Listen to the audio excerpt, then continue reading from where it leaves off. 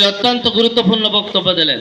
এই পর্যায়ে আপনাদের সামনে মূল্যবান বক্তব্য নিয়ে আসছেন বাংলাদেশ শ্রমিক কল্যাণ ফেডারেশন মংলা উপজেলার সম্মানিত সহসভাপতি মোহাম্মদ জহিরুদ্দিন বাবর।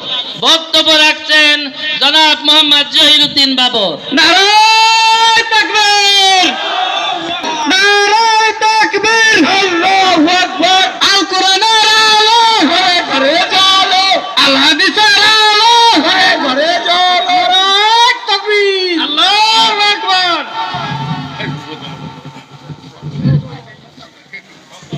আউযু বিল্লাহি মিনাশ শাইতানির রাজীম, বিসমিল্লাহির রহমানির রহিম। শুকরিয়া সেই মহান আল্লাহ রাব্বুল আলামিনের চার অশেষ মেহেরবানিতে অনেক প্রচেষ্টার মাধ্যমে একটি মজলিসে কোরআন এবং হাদিসের কথা বলা এবং শোনার জন্য একত্রিত হতে পেরেছি।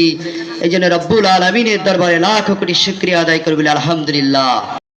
জামাত ইসলামের প্রতিষ্ঠাতা লগ্ন থেকে আজকে পর্যন্ত একটি কল্যাণ রাষ্ট্র, একটি কল্যাণ সমাজ প্রতিষ্ঠা করার জন্য নিরন্তর কাজ করে যাচ্ছে।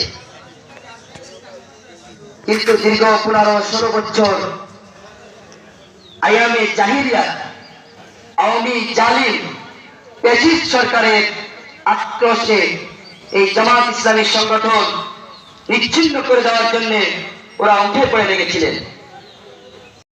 আপনাদের প্রতি উদাত্ত আহ্বান থাকবে, জামাত ইসলামী কি, জামাত ইসলামী কি চায়, জামাত ইসলামী কি করতে চায়?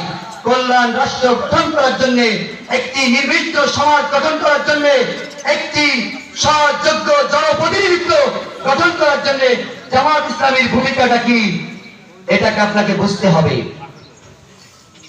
আপনি ইচ্ছা করে হুমকি ধুমকি দিয়ে মানুষকে দলে ফেরাতে পারবেন, আপনি ইচ্ছা করে জোর করে মানুষের ঘের দখল করতে পারবেন, আপনি জোর করে মানুষের সম্পদ দখল করে করতে পারবেন, কিন্তু আপনি একজন আদর্শ কর্মী তৈরি করতে পারবেন না।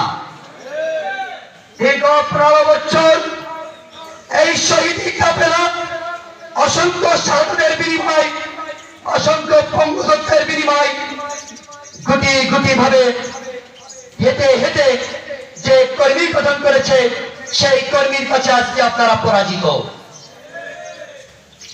আজকে একজন ডক্টর শফিকুর রহমান নয়, একজন মাওলানা রিজাল